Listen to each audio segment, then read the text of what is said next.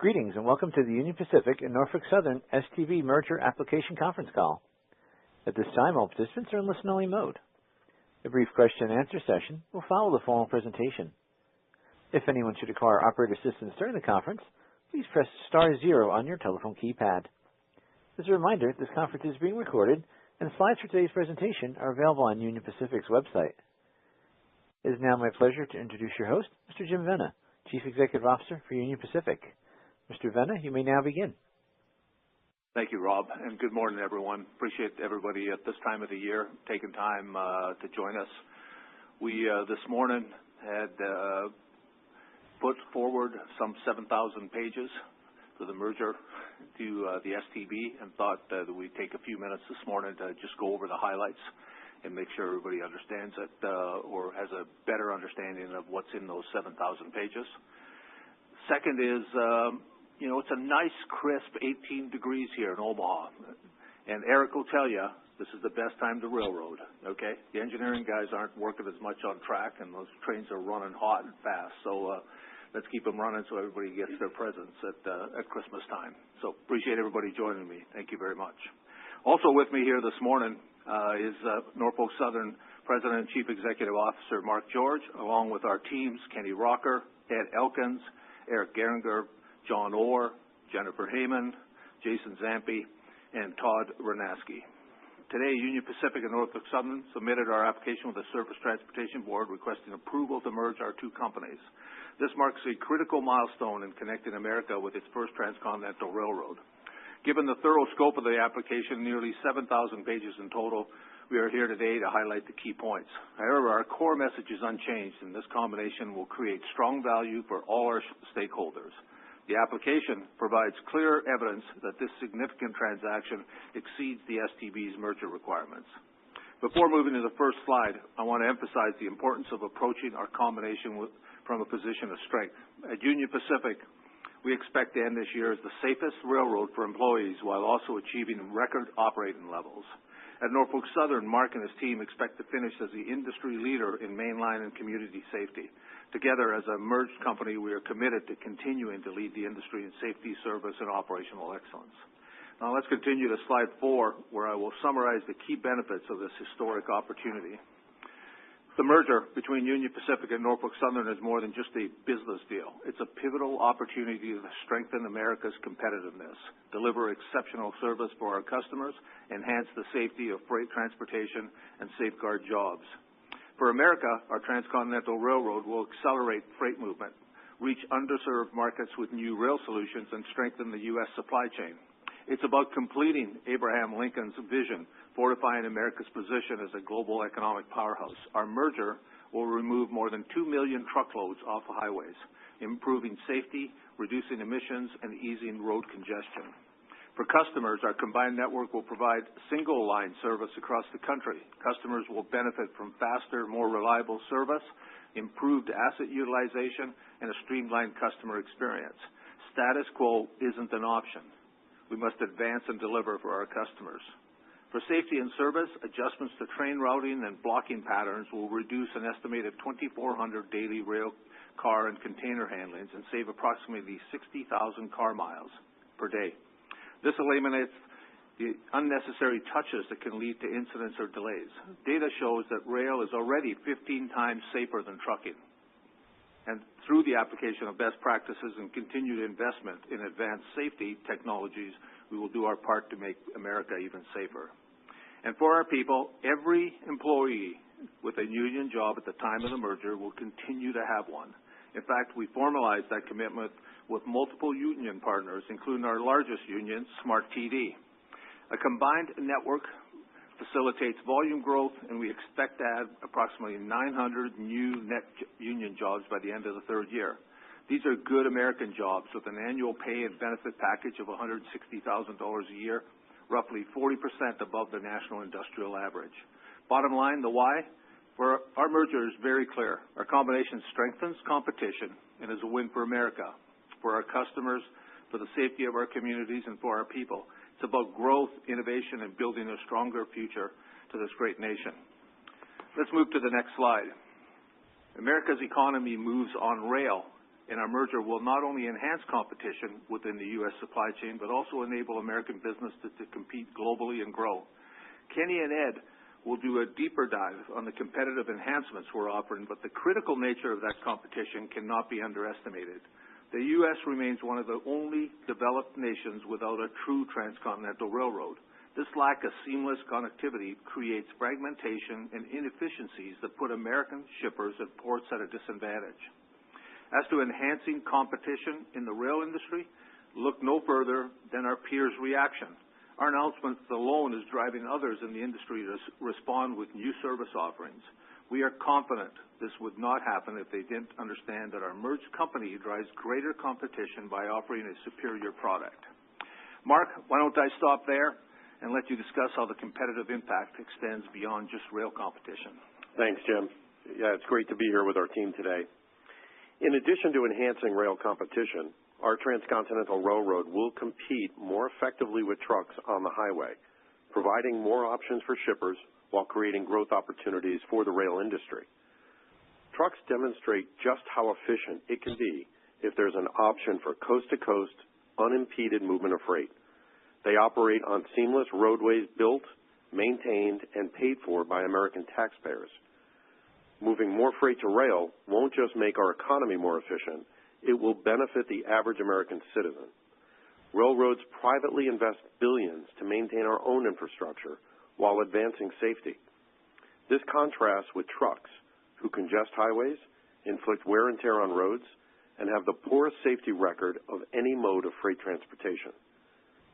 Yet the highway has been growing share of freight consistently for decades at the expense of rails, who've experienced meaningful share loss. The Bureau of Transportation statistics reveal that rail market share has declined by nearly 10 points between 2014 and 2023.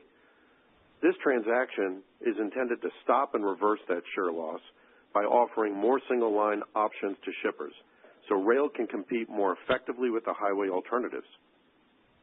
You'll see in our application that roughly 75% of the freight converted to the combined railroad will come from the highway, unlike the last merger that the STB approved, where the inverse was the objective. In that merger, a large majority of the targeted freight was to come from other railroads, not the highway. Railroad partnerships are one way to bridge the east-west divide, but 200 years of history has taught us that these are not enduring endeavors that customers can count on. Partnerships can deliver meaningful benefits in the short term, but each company still prioritizes its own customers and answers to its own stakeholders. Priorities change, and once conditions or economics shift, the agreements tend to break down. Limitations with partnerships also extend beyond the coordination and handoff of freight. As railroads continue to modernize their individual technology systems and customer service platforms evolve differently, the systems are not compatible. It creates gaps in key areas like communication, pricing, and shipment visibility, again, all hindering the customer experience. Single-line service is more reliable and streamlined for our customers than partnerships are, as was so effectively articulated during the last merger that the STB approved. The benefits extend beyond the mainline freight rail network to our short-line operators, who often serve the last mile of track. A faster, single-line network helps short lines deliver superior service to a greater number of customers and improves access to more markets. This opportunity to grow is one that leads to investment and job creation in the communities that short lines serve. Ultimately, that is what this merger is all about, providing shippers greater geographic reach on a much more efficient and seamless network. With that, we will unlock new growth opportunities for shippers and supercharge the reindustrialization of America. Kenny and Ed, let me turn it over to you to further discuss the customer benefits and the volume growth we anticipate coming from our combination. Thank you, Mark, and good morning. Over the past few months, we've had hundreds of conversations with our customers and talked in depth about what's possible with UP and the NS combination. Customers see the potential. That's why we've received over 700 statements of support from our commercial partners including over 500 from shippers. The support is from all across the country, representing farmers, housing market suppliers, chemical industries, intermodal customers, soda ash producers, and short lines. The message is clear. This historic merger is an opportunity to build a faster, better, and stronger railroad that is positioned to help our customers grow. Let's get right into the benefits our customers will see on slide 7. Customers will benefit from seamless single-line service. Our merger will transform 10,000 existing lanes from interline to single-line service. That means customers will benefit from fewer handoffs, less complexity, and more predictable transit times. Removing interchange points and eliminating drays will give customers faster, more reliable transit. Today, handoffs can add at least 24 to 48 hours of delay per shipment, plus expense from crosstown drays to bypass interchange inefficiencies. In Chicago, for example, our merger is expected to eliminate 350 crosstown moves per day, as well as remove long-haul freight from congested highways. Railcar owners will see improved asset utilization. Faster, more predictable service means customers can turn cars quickly, reducing idle time and cutting equipment costs. Doing business will be easier. Customers will have one commercial team, one contract, one invoice, and most importantly, one accountable partner for their entire rail journey. We will also provide a unified digital experience. Today, customers either pay for costly third-party providers to bridge gaps between railroad systems or employ staff dedicated to tracking and tracing all rail shipments. By integrating data end-to-end, customers will see instant savings along with greater access and control. Customers will benefit from the long-term alignment of capital investments for growth. Today, we sometimes struggle to justify investments for a single market. Tomorrow, we'll see broader opportunities. An investment in Pittsburgh could support growth in Portland, and a Gulf Coast plant project could unlock markets in the Northeast. Our combined network will operate as one system, ensuring every investment delivers value to customers and markets nationwide.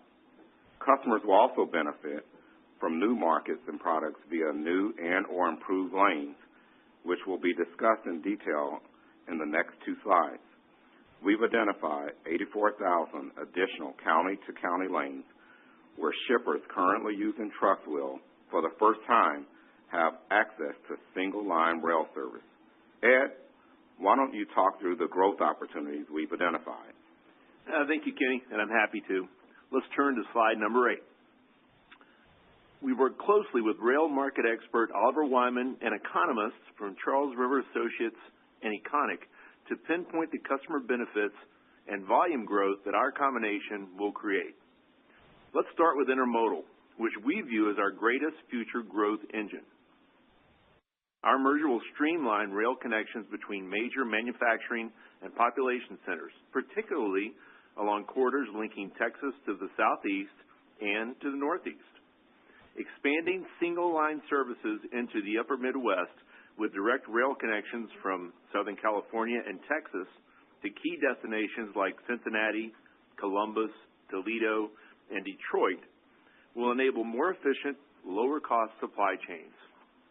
Now, as we see it, our combined intermodal business will grow by more than 1.4 million annual loads as we offer 6 new premium intermodal lanes operating 7 days a week.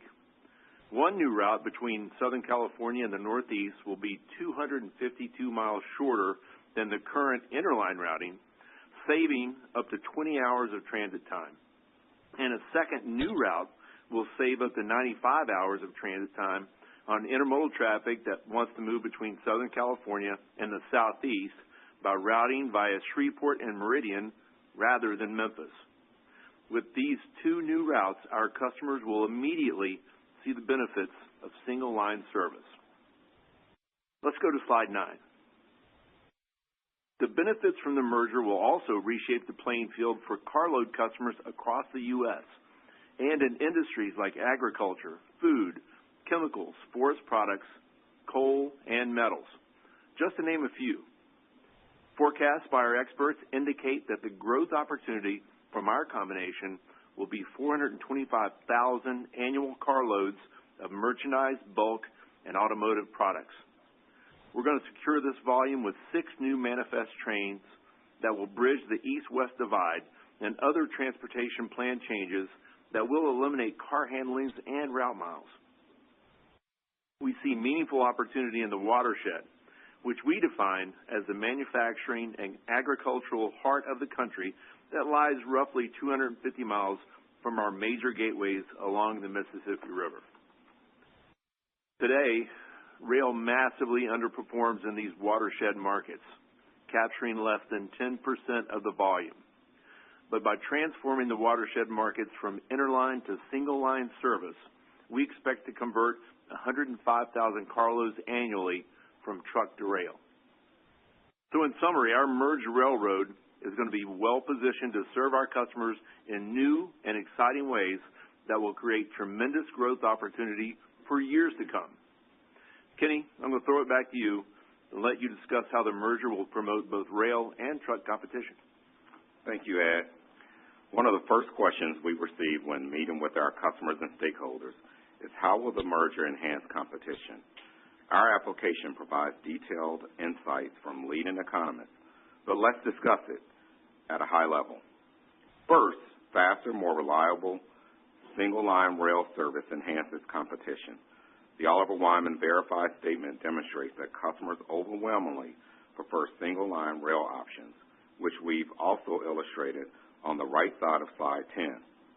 Based on their comprehensive review, rail's total market share in tons against truck is roughly 2 to 3 times higher where single-line service is available. Second, this is an end-to-end merger. We have only 3 customer locations out of more than 20,000 that will go from 2 serving Class 1 railroads down to 1, and we've already worked individually with those customers to provide them with a second rail option. It is encouraging that one of the impacted customers submitted a support letter indicating, and I quote, "The proposed merger will enhance competition and yield significant benefits for shippers." Within our merger application, we detail voluntary gateway commitments to preserve competition and keep gateways open so customers can continue to use preferred interline routes. Importantly, we are committing to the STB's prescribed gateway reporting requirement. Not only are we preserving competition, we are enhancing it. When we announced our merger in July, we highlighted our success in the Pacific Northwest I-5 corridor, where we work with BN to offer competitive rates. For over 25 years, this program has driven sustained growth as rail captured freight that once moved by truck. Our vision is now bigger. Through committed gateway pricing, or CGP, we'll apply a similar principle to our gateways, creating faster, more flexible options for certain customers and extending the benefits of seamless coordination beyond the direct UP-NS footprint. CGP gives customers shipping to or from facilities solely served by CSX or Burlington Northern accessibility to competitive rates through our primary gateways, including those connecting the short-line partners with limited interchange access. Let me give you a quick example. Without CGP, a solely served UP Industrial Chemical customer in Texas shipping to a solely served CSX customer in South Carolina would not see any benefits from our transaction. With CGP, however, the CSX will be able to market directly to that customer using a formulaic competitive rate based on shipments moving in that market and extending the benefits from our merger. Committed gateway pricing is purely additive, providing an extra rate and service option without removing any existing choices. To wrap up on enhancing competition, my answer to customers and stakeholders is that we are very confident that our merger doesn't just preserve rail competition, it enhances it. Next, Eric and John will talk through details regarding our operating and service assurance plans. Thank you, Kenny, and good morning. As Kenny and Ed both discussed, we see significant opportunities to deliver faster, more reliable, and more efficient service to our customers. That is the what. But it's equally important for our stakeholders to understand our plans for the how. That's where John and I are focused. Starting on slide 12. The operating plan to integrate our networks specifically addresses the effects on rail lines, terminal activities, passenger services, equipment requirements and utilization, and much more. Development of the operating plan relied on both the expertise of experienced service design personnel from UP and NS and industry consultants from Oliver Wyman, the firm that created Multi-Rail. The first step was to define the base plan, which represents two standalone networks. It provides the foundation for demonstrating the benefits made possible by the proposed combination. Next, we built the optimized plan by analyzing how our combined railroad could better handle existing traffic. Through that, we found significant opportunities to reroute traffic and adjust blocking so trains can bypass intermediate handlings in traditional gateway cities. Fewer handlings boost reliability, creates yard capacity, and improves safety. It also speeds up locomotives and rail cars, lowering resource needs and generating cost savings for both railroads and private car owners. You've seen us successfully demonstrate these principles at Union Pacific for the last couple of years, and the results speak for themselves. I'll stop there and turn it over to John to talk you through the opportunities we see from our optimized plan. John? Yeah, thank you, Eric, and good morning. As Eric noted, we've been laser focused on the how, ensuring our game plan for this merger benefits all of our stakeholders. Ed touched on the benefits of our intermodal customers. For our manifest customers, we've estimated that 40% of the combined company's manifest routes will benefit from fewer handlings. Driving these results is a simpler, streamlined, and more efficient rail network. While the slide displays the daily impact, annually, this equates to almost 900,000 fewer handlings, about 1.7 million fewer train miles, and a reduction of nearly 22,000 car miles. When you look at the additional volume we expect to move as part of the merger, most of the incremental traffic will be absorbed directly into the optimized plan, where train blocks and car blocks become more efficient. Additionally, we also consider the investments and operating changes necessary to safely and reliably achieve all of the growth opportunities Kenny and Ed just outlined. That takes us to our growth plan, which I'll let Eric detail on the next slide. Thank you, John. Moving to slide 13. The growth plan involved the development of capacity projections to account for additional traffic drawn to the improved network. Based on those projections, we plan to invest over $1 billion of our total $2.1 billion of merger-related capital to increase capacity on main lines and in manifest and intermodal terminals.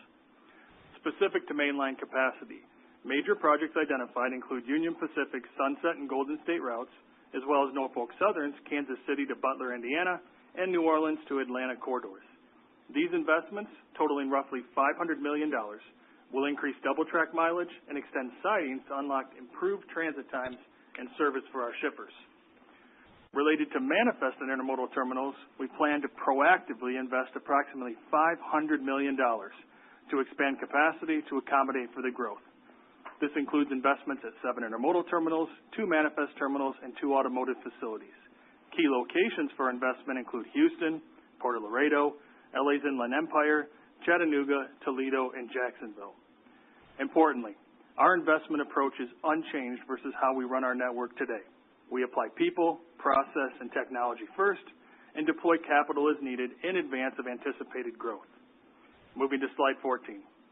As we discussed in our service assurance plan, the UP-NS merger is designed to make our network more resilient and protect against disruptions. First, our merger is end-to-end with virtually no overlap. That dynamic inherently reduces the friction points where history would say issues can occur. And while we are confident issues will not arise, our proposed alternative dispute resolution program will provide customers with a voluntary, efficient method to resolve merger-related service disputes.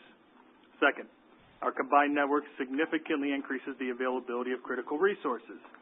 This buffer of resources is essential for keeping traffic flowing and responding quickly when temporary strains occur on the network. Simply put, a larger unified system gives us more flexibility and capacity to manage challenges. Third, the merger creates new options for rerouting traffic rapidly when congestion or external disruptions arise. With a broader network, we can respond faster and recover sooner from events like severe weather or unexpected outages. And finally, as John stated earlier, our optimized plan reduces the number of handlings, especially at points where UP and NS currently interchange traffic. Fewer handlings mean fewer opportunities for delays and variability. Importantly, we plan to execute the integration in phases, which will ensure the solutions are reliable and effective. We will be diligent in the application of a change management process as we monitor relevant metrics against rigorous success definitions that must be met before further changes. Running a railroad requires seamless coordination of our critical resources, customer interactions, and back office functions. IT systems make this possible, and effective integration is essential for achieving the benefits of this merger. Today, Union Pacific is the only North American railroad to have modernized the Big Three operating systems: Positive Train Control, Dispatch, and our transportation management system called Net Control. And over the last 5 years, both companies have completed successful seamless technology cutovers that we detail in our application. What's important to stress is that our technology cutovers did not impact customers or other railroads. Instead, they gave us the foundation, experience, and confidence required for our future integrations. Immediately after the merger is approved, we will maintain existing IT systems to ensure continuity and service stability. At the same time, we will create visibility into both railroad systems and data, enabling the combined company to quickly address issues and support customer needs across the entire network. Similar to our phased operational cutover, our phased technology integration allows our team to test and confirm reliability before moving forward, minimizing risk and maintaining service quality. Before we hand it off to Jennifer and Jason, John will reiterate our commitment to safety. Thank you, Eric. Safety is a shared core value, and our merger brings together two industry leaders who are committed to that principle. Union Pacific has achieved a 41% improvement in employee safety from year-to-date September 2023 versus the same period in 2025. Norfolk Southern has improved our FRA accident rate by 45% over that same period and 53% since 2022. Together, we will be even better. Our goal is clear: zero accidents. In coordination with the Federal Railway Administration, we will implement a comprehensive safety integration plan. This plan ensures that every operational change is executed with safety at the forefront. As we've demonstrated at Norfolk Southern, this focus on safety, accompanied by relentless root cause analysis and continuous improvement from our dedicated and talented people, leads to a fluid network, unwavering reliability, and exceptional service. To summarize, it's an exciting time to be a railroader at Union Pacific and Norfolk Southern. Both teams are dedicated to safety, service, and operational excellence. We are committed to not only maintaining these standards, but elevating them. Jennifer? Thank you, John. In the weeks and months leading up to our July merger announcement, we worked closely with the Norfolk Southern team to develop an understanding of how our companies could benefit from a merger. And that ranged from revenue synergies to cost synergies to the capital required to unlock the value from the merger. And the strong financial benefits driven by our proposed merger were overwhelmingly approved by our respective shareholder bases back in November. Since July, as part of our STB application process, we engaged with subject matter experts who independently conducted significant analysis to deep dive into the overall merger impact. As you've heard today, the case is very compelling for all our stakeholders, but I think it's important to clearly understand that our conviction is rooted in facts and backed by data. Jason, why don't you hit on some of the highlights from the experts? Thanks, Jennifer. Let's turn to slide 16. In our application, you'll find verified statements to the STB from several experts: David Hunt and Matthew Shabas from Oliver Wyman, the industry-leading advisor on rail strategy, research traffic studies, and rail waybill files to inform their view of the intermodal, carload, and watershed market opportunities. Dr. Mark Israel, founding partner of Econic and a leading antitrust economic expert, evaluated the impact to rail competition from our proposed open gateways and committed gateway pricing. Dr. Elizabeth Bailey, with Charles River Associates, an expert on antitrust and competition policy, examined the horizontal and geographic competitive impacts from the transaction. And finally, Matthew Graham, Union Pacific's General Director of Environmental Management, provided analysis on the environmental benefits from the merger. Their statements are backed by data and years of experience in their fields. They demonstrate the broad benefits of the merger and debunk some of the misconceptions that have been in the market. Specifically, while we've been clear that this merger is, at its core, about unlocking growth for the railroad, it does so in the most traditional of ways, by adding value for customers through a product that can only be delivered when you connect end-to-end networks. Single-line, coast-to-coast service doesn't just enhance competition for our customers through service efficiencies, it's also price efficient.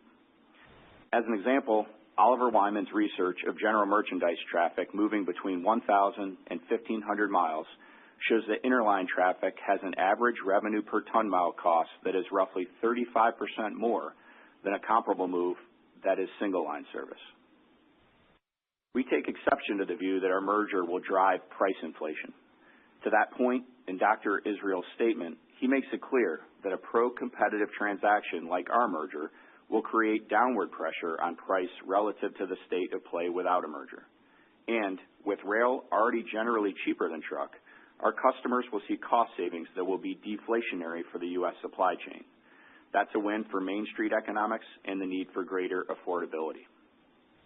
As to competition, Dr. Bailey concluded that the substantial competitive benefits and greater economic efficiency that we are expecting to result from the transaction outweigh the limited potential adverse effects. For the environment, rail is already the most sustainable way to move freight over ground, with roughly 75% less carbon emissions than trucks. And the opportunity to remove 2 million trucks off the U.S. highways and 2.7 million metric tons of carbon dioxide emissions annually is a win for everyone. Jennifer, I'll turn it back to you to talk through the financial benefits. Thanks, Jason. Let me add a little more on that price topic. As we have at Union Pacific said since 2019 when we embarked on our efficiency journey, by continuing to be more efficient, this allows us to compete for more freight with more competitive prices while still growing the bottom line. And this merger is both an extension and an expansion of that premise. Further, based on the experts' research and additional analysis, we are very comfortable with our original financial estimates with even more conviction to the upside. Let's go to slide 17 for further detail. The work done by Oliver Wyman affirmed that faster, more reliable single-line service leads to volume growth. In fact, we now expect up to $2 billion in net revenue EBITDA synergies by the end of year 3, an improvement from what we originally estimated back in July. Importantly, we now do not believe significant concessions are needed given the strong value offered by the merger in combination with the enhancements that we are offering. On the cost side, our teams went through an extensive effort to analyze various opportunities. Similar to our July announcement, we continue to see nearly $1 billion of opportunity here. In terms of the saving categories, it cuts across all areas, including labor, technology, purchase services, and operations. As Eric discussed, we expect to spend roughly $2.1 billion of incremental capital over the 3-year integration period. These investments are needed to support growth and unlock the synergies we see ahead for the merged company. Approximately $1 billion will support capacity improvements, and an additional $1.1 billion will be focused on technology integration and other investments. In our application work, we've also identified annual capital synergies of $133 million as we leverage our combined network and fleet more efficiently. As you'll see in our merger pro formas, after refining our top line and the expense analysis, we are now projecting stronger overall results. This is largely driven by our updated assumption around concessions. Our cash generation will be more than sufficient to return debt levels back to our longer-term targets in year 2, and then we'll resume share repurchases. We will maintain our balanced approach to capital allocation, prioritizing investment back into the business, targeting annual dividend increases, and devoting excess cash and balance sheet capacity to share repurchases. We are excited to complete this phase of the process by filing the application with the STB, and we're looking forward to an ongoing dialogue about the strong benefits that our merger offers to all stakeholders. With that, I'll turn it back to you, Jim. Thank you all. Since our announcement in July, the team has worked diligently to meet the required milestones to make this possible, whether that's gaining over 99% shareholder approval or submitting a comprehensive application in advance of our 6-month deadline. They've delivered. And it's that continued diligence and resolve that we will rely on when we successfully move beyond the merger approval to a seamless integration. Our team is committed to transparently working hand in hand with the Surface Transportation Board to answer any questions they may have throughout the review process. Let me sum it up. Our transaction is supported by over 2,000 parties, including more than 500 shippers, 800 public officials, and 700 other rail industry stakeholders. It's clearly changed the conversation in our industry, which was needed. Competition makes us all better, not just with other railroads, but also against trucks. This is about raising the bar for American competitiveness with a unified single-line rail network. As you heard from Kenny and Ed, the benefits from our merger will drive intermodal and carload volume growth as customers see the benefit of a single-line service that unlocks new markets. And beyond that clear benefit, we are confident our merger further enhances competition. As you heard from Eric and John, we have carefully developed our operating and service assurance plans by applying the same principles we use daily to run our railroads, working safely, reducing car touches, and driving asset efficiency. When we focus on successfully executing the fundamentals, we deliver a superior service product. Integrating our merged railroads will be no different. We will plan, educate, test, and execute, all with an eye to maintaining a resource buffer. I need to reiterate, this will be the most carefully planned and executed merger in our industry's history, and we will invest what it takes to ensure a clean outcome that avoids disruption to our customers and overall supply chain.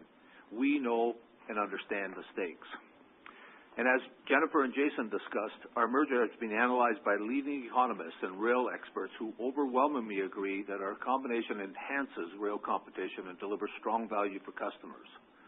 The work we've done to complete our application also confirms our merger economics, which are even more compelling as we think about converting volume growth and operational efficiency into strong free cash flow and returns for shareholders.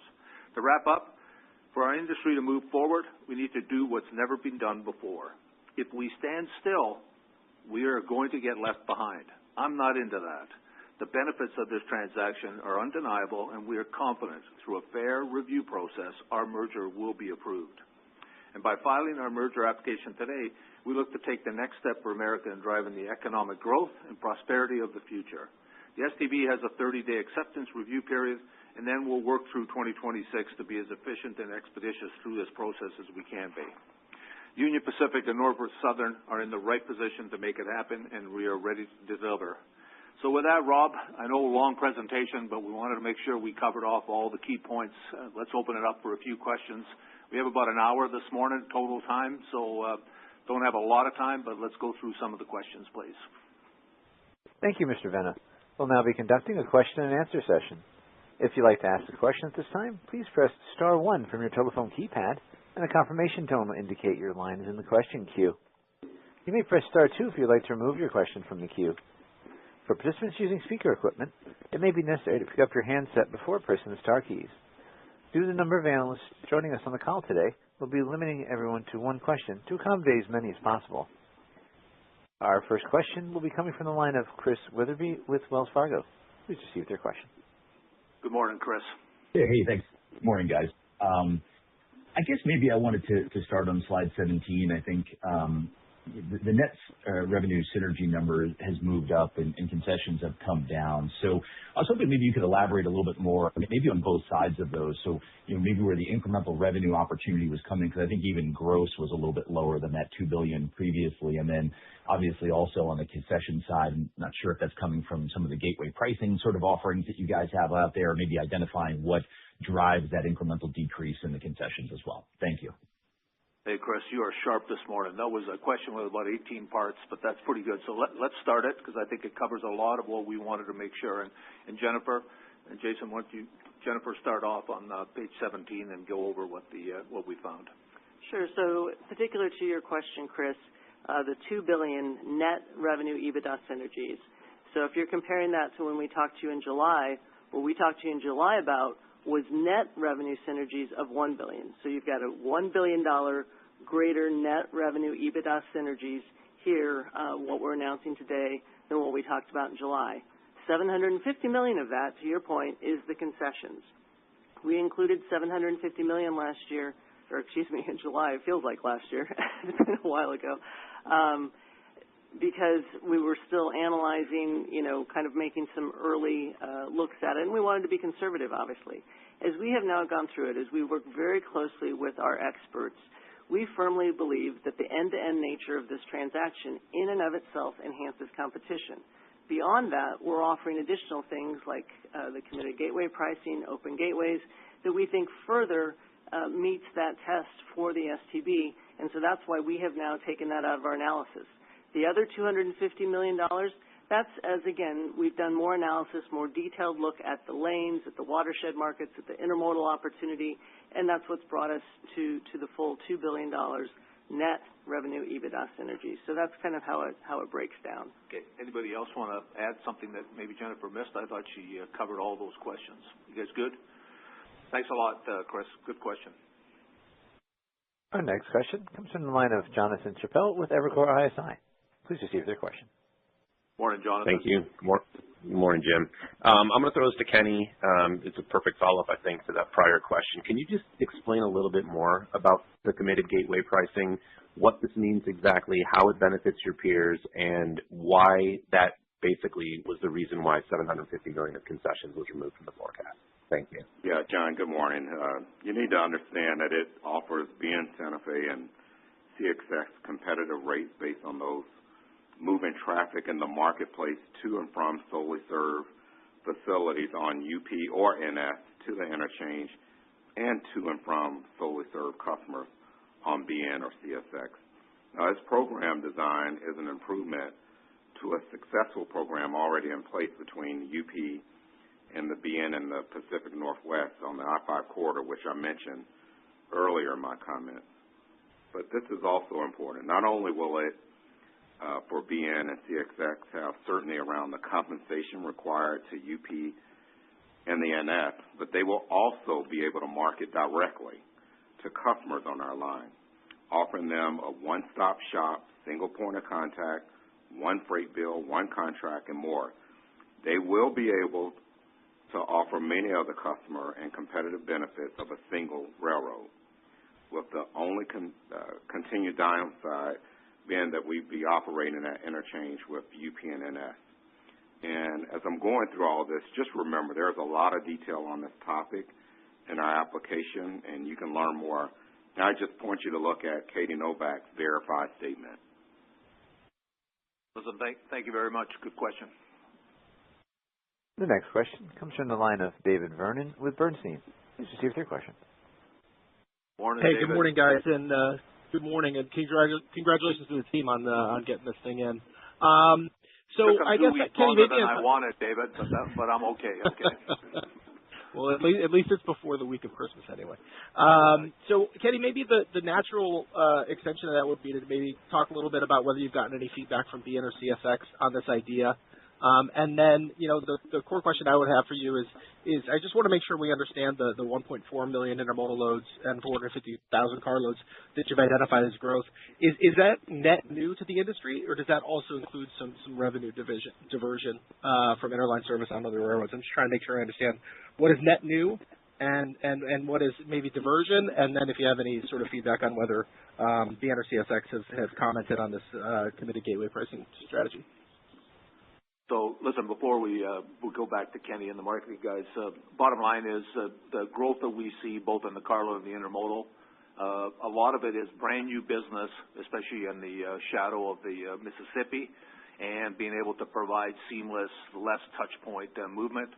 On the carload side, of course, absolutely the same thing. We see new business coming on to the railroad. And if you think about it, the 24, 48-hour difference on when you have to hand off going across the Mississippi is going to disappear. So that's real important for us, and we think we can grow the business. In fact, the nice part is when the experts looked at it, they went and identified business that's out there that we're capable, if we do a good job on safety and service and operational excellence, to deliver it. Now, are we going to win some business from other railroads? Absolutely. Customers have a choice. They get to decide where their competitive position is, what is better, and they're going to go with the one that gives them enhanced service, enhanced safety, and enhanced competitive advantage. So we're looking forward to that. So it's going to be a mix of both. Kenny or Mark? Just remember what I said in my comments. 3/4 of that growth that we've got in volume, 75%, is really diversion from the highway, meaning the other quarter is rail to rail. But 3/4 is really coming from the highway. So go ahead, Kenny. Yeah, all I was going to add is these are new services. I think we mentioned that we're going to put on in place that are not in today. So we're excited about that, and it'll be a single line service. Perfect. Thanks a lot there, David. The next question is in the line of Tom Wadewitz with UBS. Please proceed with your question. Morning, Tom. Good morning, and also congratulations on the filing. It's I don't even know how to describe it, but congratulations on getting the massive filing done. I think in terms of the operational changes and the changes in traffic flow, how would you characterize the biggest changes? It looks like, the Chicago Gateway is something that historically is a congestion point. I think part of taking, speeding things up is moving traffic. But maybe if there are a couple gateway shifts that you could characterize, or just the largest shift in trains, how much traffic is moving Chicago to Kansas City, or what are you doing with traffic flows if there are big kind of moves from one gateway to another? Thank you. Listen, let me start, and then I'll turn it over to the operating guys because they live it every day. Bottom line is what the merger will do will allow us to look at the networks on what the speed is and what the customers want. So no ifs or buts. There's going to be traffic that's headed towards Chicago today, the interchange, that we would look at doing it in a different place because we can drop the amount of touch points. At Union Pacific, we have a whole group that looks every week to see how they can remove touch points on the railroad, because every touch point costs you time and allows an event to maybe be moved not as safe as it should be. So that's what we expect. Eric, why don't you talk a little bit in general about how you see the movements and where we're going to have to invest some capital, and we know that, to be able to speed it up, to be able to move east-west and west-east better. Yeah, Tom, I'll give you an example, and I'll take it to a macro level. So primary example to look, and there's details inside the application, and you actually heard Ed mention this in his prepared comments, is this new daily, I'm going to stress that, daily rail service for intermodal coming out of California to the Northeast. The combined network is going to be able to take advantage of routing that traffic through Kansas City, which isn't a change unto itself, but then routing it onto the NS's network between Kansas City and Butler, Indiana, reducing both the track miles that the train has to travel, but also being able to reduce the transit time by more than 20 hours. Now, when you back up and think about this, it's $1 billion that we're committing to be able to invest in our infrastructure out of $2.1 billion. I said in my prepared comments, but I think it's important for everybody to hear it again. That's roughly split, with half of the $1 billion being spent on mainline capacity and the other half in terminals. Mainline capacity, siding construction, siding extension, additional double track, terminal investments, the build out of classification yards, the expansion of receiving yards, receiving portions of the yard, et cetera, et cetera. We've got those plans. You'll see many of them in our application, and we look forward to discussing them with our customers, because fundamentally that's what's going to support the growth we have built into the merger.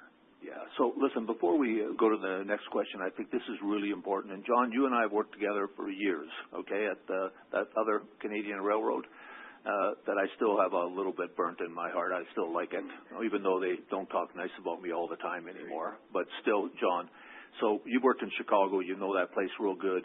It's good, but if it's bad, it's bad. So what do we do with this advantage of single line and how we look at routing? Yeah, you're exactly right, Jim. And the seamless, simplified version of running an operating plan, it creates a stable, safer, and more reliable offering to our shippers. And the beauty of being able to declutter a place like Chicago has impacts beyond the 1 + 1 = 2. It's truly a force multiplier. And as we can shift workload to where it wants to go rather than has gone historically, now you're adding benefit to the customer. One of the very important things we learned back in the day, and even how Eric and I have been approaching the preparation for the business model, is that we're in the field. We've got our base assumptions and the academic component of the merger. We're also taking it from a practical perspective, and our teams are working together in the field, learning how we work, respecting our perspectives, but being highly challenged by both Eric and I on the art of the possible. And that is thinking outside of it through the shipper's view. So what we have in our application is going to mature and grow and even be more streamlined as we learn the network even more effectively and deploy what our customer feedback and how we want to engage. So, yeah. Well, listen, that's perfect. You know what? We're going to try to move these questions a little quicker because I do have a sort of rather hard stop, and I apologize, but I didn't know that we were actually going to get everything done either yesterday or today, and that's why we finally noticed everybody. But let's go to the next question, and sometimes I'm just going to say yes and no. Or, Mark, you could say yes or no, and we'll move on. So who's next, Rob? The next question's from the line of Scott Group with Wolfe Research. Morning, Scott. Hey, thanks. Morning. So is the cost of the committed gateway in the $2 billion of net revenue synergies, and how much? And maybe just, Jennifer, can you just, what is the net change in your financial assumptions here? And then maybe, Jim, a yes/no question if you're looking for one. There's been a lot of statements of support, some opposition, some rails, Teamsters, some shipper groups. Have you seen anything or heard anything that changes your view of odds of approval here? Listen, I'm going to start with that one because that's real important. Let's bucket what we've heard from people. We have a lot of customers that see it. We've had customers, Scott, that actually are single-served in the soda ash patch come out positive because they see the benefit because it's a worldwide market. They're competing against not just what's happening in the United States of America. We have businesses like some of the railroads that have come out against us.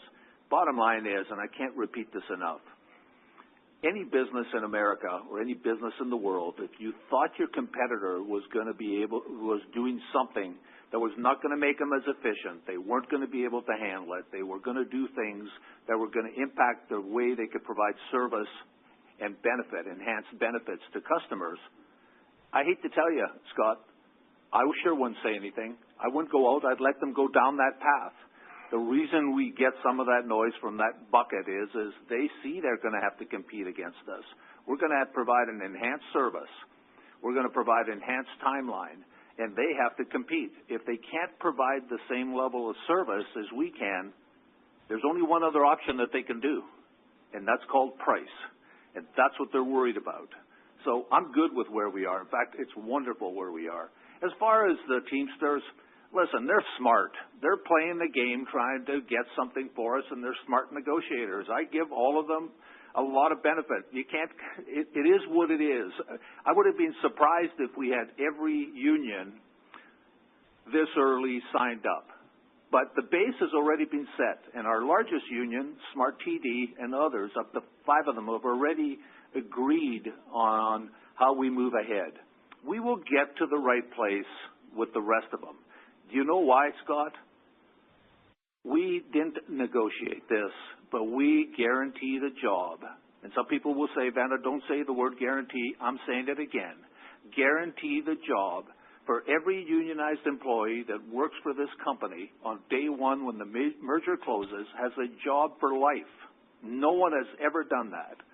People talk about New York Dock. New York Dock does not provide long-term benefit. It's a 6-year max. And in fact, you know who it really hurts? Is the employee that has 1 year of service because their protection is only 1 year. And I'm not into that. So for our employees in both companies, I want this to be a win, and we all do. And it's a win. Mark and I talked about this lots when we were going through agreeing how we'd move ahead. So, sorry, you thought that was a yes, no. I apologize. It's a little bit more than that because it's complicated. But we'll move ahead and we'll find deals when they make sense with all the rest of the unions. If I can just add, Jim, a lot of that opposition came before an application was even filed. People making really poor assumptions, things that now that you see the application, it'll be much harder for them to come out with any kind of sound opposition because of what's being offered in the application to make the environment far more competitive. Misinformation like the number of intermodal lanes that were going to be eliminated, which had no basis in reality. So let's see what happens now with the application now that it's finally there. And like Jim said, even with labor, I mean, there were comments there about safety. You got to remember, we're the two of the safest railroads coming together. We're going to be sharing best practices to improve even more. We've got, you heard in the prepared remarks, 2,400 fewer daily handoffs and handlings and 60,000 fewer car miles per day. That translates to reduced exposure for our employees to keep everybody safer. So, again, the data's now out there. The details are out there. Let's be judged based on that, not the panic from the original merger announcement. So, Jennifer, that was our yes and no answer. So you go ahead. Okay. You guys are making it easy for me because I'm going to give the short answer, Scott. I'm not going to give you a number other than to say, when we look at it in total, $4.2 billion of revenue increase from the traffic gains. That's going to get you down to a net revenue EBITDA synergies of $2 billion. And that's all taken into consideration the traffic that's moving, the lanes that it's moving in, and how we expect to compete very effectively with our enhanced service. I think, Jennifer, just to add and kind of summarize that, right? So $2 billion of net revenue EBITDA, up from $1 billion. Yep. Cost synergies were $1 billion before, $1 billion now. We now plan $2.1 billion in capital versus $2 billion before, and we've identified $133 million of savings from a CapEx perspective on an annual basis. So all in, it takes a very compelling, financial transaction and is now even more compelling. You bet. Amen. Perfect. Okay, Scott, good question. You got us going on that one there. Appreciate it. Our next question is from the line of Jason Seidel with TD Cowen. Please proceed with your question. Morning, Jason. Thanks, operator. Morning, Jim, Mark, and teams. Happy holidays, and thank you for the 6,700-page gift that you put out this morning.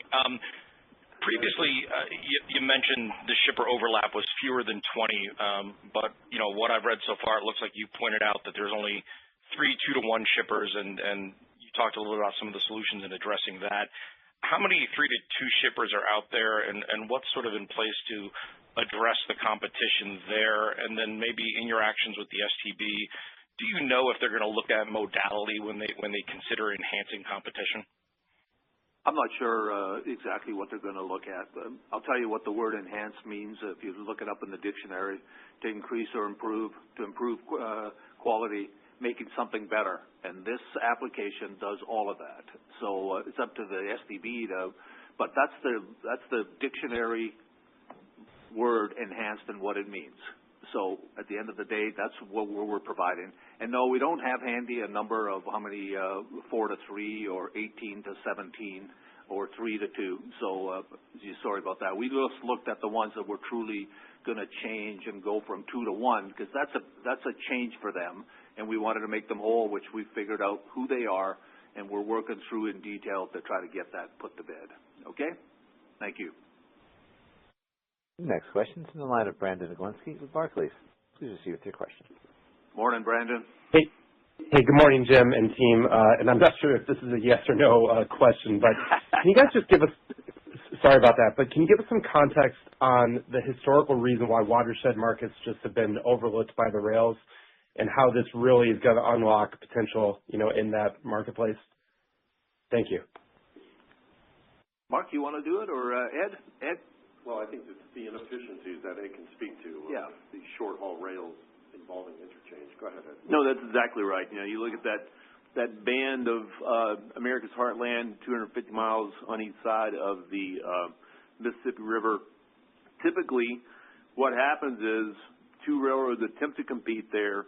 Often there's an economic mismatch or an asset mismatch, and we end up ceding that freight to an inferior mode like truck. And this merger is going to eliminate all of that in terms of the friction, the inefficiencies, and allow us to deliver exceptional value to customers that frankly have been starved of value for a long time. You bet. Perfect. Thank you very much. Listen, I know we're on the hour, but why don't we take one more? They can wait for me upstairs. It's a room of 30. So who's next? Next question will be from the line of Ken Hexter with Bank of America. Okay, Ken, you get the last one, okay? Wonderful. Thanks for squeezing me in. Happy holidays to everybody, and appreciate the reading, and congrats on getting it filed.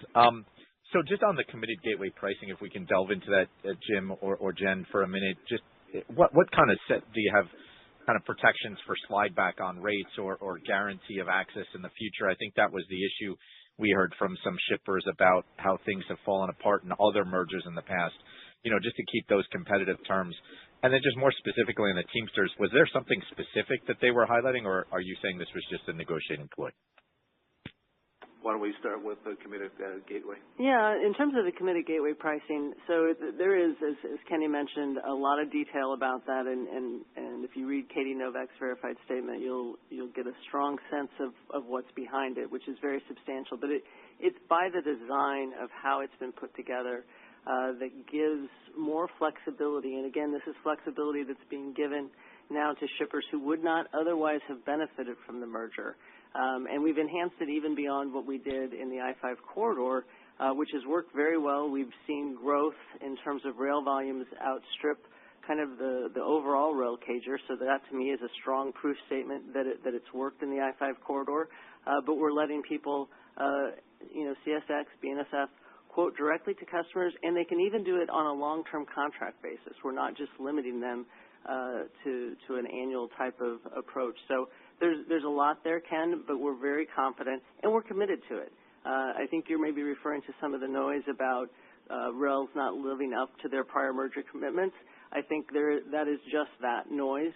I think when you look at the facts around that, you'll see that the rails have upheld their merger commitments. Union Pacific absolutely has done that, and we are absolutely committed to do that. And we've given some things in terms of this application in our commitments to the STB that further enhances that. You bet. And listen, again, just to summarize on the Teamsters, the latest, we had positive letters from the Smart TV and agreements that we signed. Let's put this in the right framework. First of all, we just signed and ratified 5-year deals with both the BMWE and the BLET, and we have every union signed up for 5 years. So we're done with that. And that is peace in the workplace, salary set, work conditions set. So when we came out with the merger, and agreed, like I said earlier in the call, that we look at the employees that are unionized as our employees. We pay them. We provide to our employees things that no one else does. Every employee at Union Pacific, unionized or not, has the right to go to college, and we will pay for their tuition fees and to go to college. We provide salaries that, on average, at $160,000 is 40% higher than of the industrial base in the United States of America. They're good paying jobs, and they deliver for us, and we have no problem paying them that salary. And we have agreements now for 5 years. So what we have received on letters, I understand it's negotiation. I'm a little disappointed that they have some facts that are wrong in there. Union Pacific this year, if everything goes right in the next 2 weeks, we will be the safest railroads for employees coming to work and going home exactly the same as they were. We've had, Eric, over 20% improvement in both our accident and injury numbers over the last few years and over last year. Correct. Okay? Norfolk Southern has to be very proud on what they've done, okay, on safety. So for somebody to come out and say that we have a safety, I look at facts. I've always worked with facts. In fact, one of my favorite saying is, I don't really care how you feel. Tell me what the facts are, and then we'll go from there, okay? I'm not into that. So at the end of the day, we'll deal with the Teamsters as we go through, and I hope that we get to a place where we can formalize this notion that we're backing away from our commitment, as they put it in their letter, commitment to our employees. They're dreaming. I don't know who came up with that idea, but they're wrong. So that's why it's an interesting, and it is negotiation. They're tough. They're smart. Will you quit it? The Teamsters have been around for a long time. 1.4 million members they cover. O'Brien's smart, and the two union leaders we have are smart, and they're trying to get a better deal. So we'll sit down with them as we go through, and we'll see where we end up. But I had to correct some of the misinformation that they're putting out there, because I don't want people to think that we have a basis away. Remember who Union Pacific is and who Norfolk Southern is. Our basic plan of how we operate is exactly the same. It's all about safety, service, operational excellence will lead to growth, and we'll do the same thing on this right here. Sorry for the long answer on that, Ken, and I apologize. I got some people upstairs. Listen, there's a lot of information out there. Please call in. I'm sure you guys will all love reading through it before the holidays, okay, and get it done. But wish you all the best over the holiday season. My wife and I and family are going to celebrate Christmas and together. I'm looking forward to it, to spend a few days with them, and we're going to go somewhere where there's snow so we can really enjoy it just like Christmas should be. But all the best to you and your families, health and happiness, and we'll talk to you all, I'm sure, early in January, if not when we do our quarterly calls. Thank you very much for taking the time this morning. Thank you all. Take good care. Thank you, Mr. Vena. Ladies and gentlemen, thank you for your participation. This does conclude today's teleconference. You may disconnect your lines and have a wonderful day.